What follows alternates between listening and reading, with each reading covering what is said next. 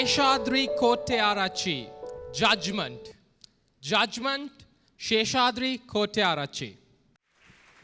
Contest Chair, I look into your guilty faces and I laugh. You, sir, you, madam, and you. And how can I forget? Every single one of you. Guilty, guilty, guilty. You must be wondering, what is she saying? Or you're thinking, what? Guilty? Me? Well, I'm here to tell you that yes, you are guilty. Every single one of you. But don't worry, I'm guilty too. Which is why, esteemed judges and my dear guilty audience, I'm here to question you on whether you've made the right judgment. Now, I've told you that you're guilty. I've mentioned what you're guilty of, but ironically, none of you have stopped doing exactly what makes you so guilty. From the moment I stepped on this stage to speak, from the moment I opened my mouth, all of you have been scrutinizing me, judging me. Don't get me wrong, there are some of you who are supposed to be judging me. But as for the rest of you, I don't know you, and you don't know me. But that hasn't stopped you from judging me, now has it? You're judging me based on what I'm wearing. You're judging me based on what I'm saying and how I say it. And I'm sure some of you gentlemen must be judging me on the fact that my hair is shorter than yours. Whatever your criteria may be, you have come up with assumptions and a final opinion about me. Haven't you? Haven't you? Of course you have. But why? We're complete strangers. My dear judgmental audience, why do humans judge each other? Why? You see, it's a natural instinct.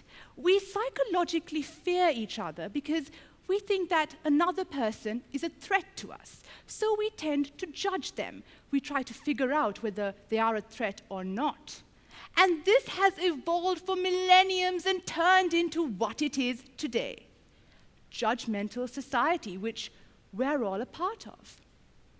Scientific and psychological research combined to discover that when two people meet, they begin to judge each other within the first 3 minutes of meeting each other. First 3 minutes, can you believe that? And to make matters even more interesting, the same psychological research discovered that all the judgments made within those 3 minutes are almost always incorrect. Which means it's really easy to make a wrong judgment, but it's not that easy to make a correct one. Ladies and gentlemen, isn't this why there are so many misunderstandings within societies, communities, and countries? We tend to stereotype things because we judge them. Today, people are categorized based on what school they studied in, what car they drive, what social background they belong to.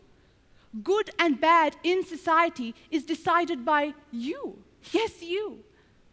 And it's not always accurate. According to social stereotypes, if you're well-dressed, glamorous, well-spoken, and powerful, then you're an individual who is worth looking up to. In that case, Adolf Hitler is a god.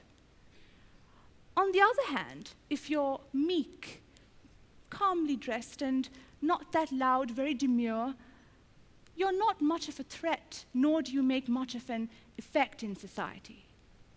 In that case, Mahatma Gandhi is a nobody. Ladies and gentlemen, do you see how easy it is to misjudge someone?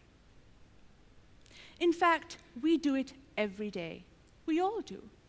In class, on our way to school, in the bus. We judge people. Congratulate yourselves on being the most complicated species on this planet, especially the women. It takes years to get to know someone, but what do? We judge them based on first impressions. First impressions are so deceiving.